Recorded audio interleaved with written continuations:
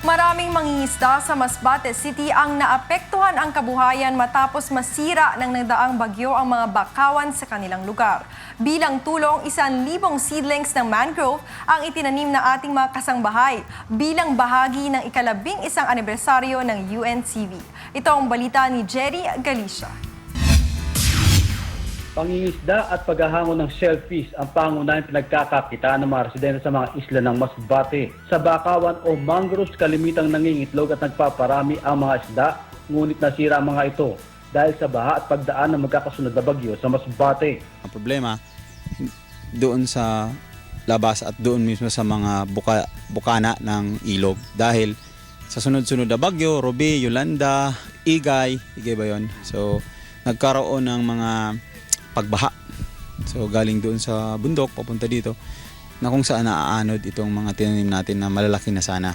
Dito sa barangay Maingaran, higit 400 pamilya ang umaasa sa pangingisda at hirap sila ngayon dahil sa mga nasirang bakawan. Ayon sa Provincial Environment and Natural Resources, may mga itinanim na silang bakawan noon, ngunit nasira ito at hindi na pangalagaan. Napakalaki po ng magiging problema sa mga darating na panahon. Unang-una, kung hindi ito maproteksyonan, magkakaroon ng kawalan ng hanap buhay. Dahil dito sila kumukuha ng kanilang mga pagkain. Ito ay pinangingitlugan ng ating mga isda at mga hipon. Pangalawa, ito ay proteksyon sa mga tinatawag nating storm surge sa oras ng bagyo na kung saan lumalakas sa panahon ngayon dahil dulot ng pagbabago ng klima o climate change. Bilang tulong, nagsama-sama ang ating mga kasambahay sa Masbate upang magtanim ng mangrove sa barangay bilang pakikisa na rin sa National Greening Program ng pamahalaan. Tinatayang 1,000 seedlings ng mangrove ang itinanim ng ating mga kasambahay dito sa barangay Maingaran, Masbate City bilang pakikibahagi sa ika-11 taon anibersaryo ng UNTV.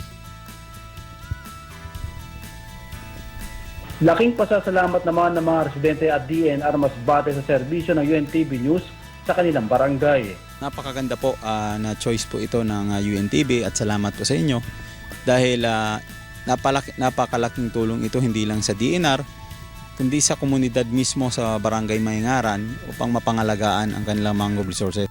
Dito sa barangay Maingaran, Masbate City, kami po ay bumabati sa UNTV ng Happy 11th Anniversary!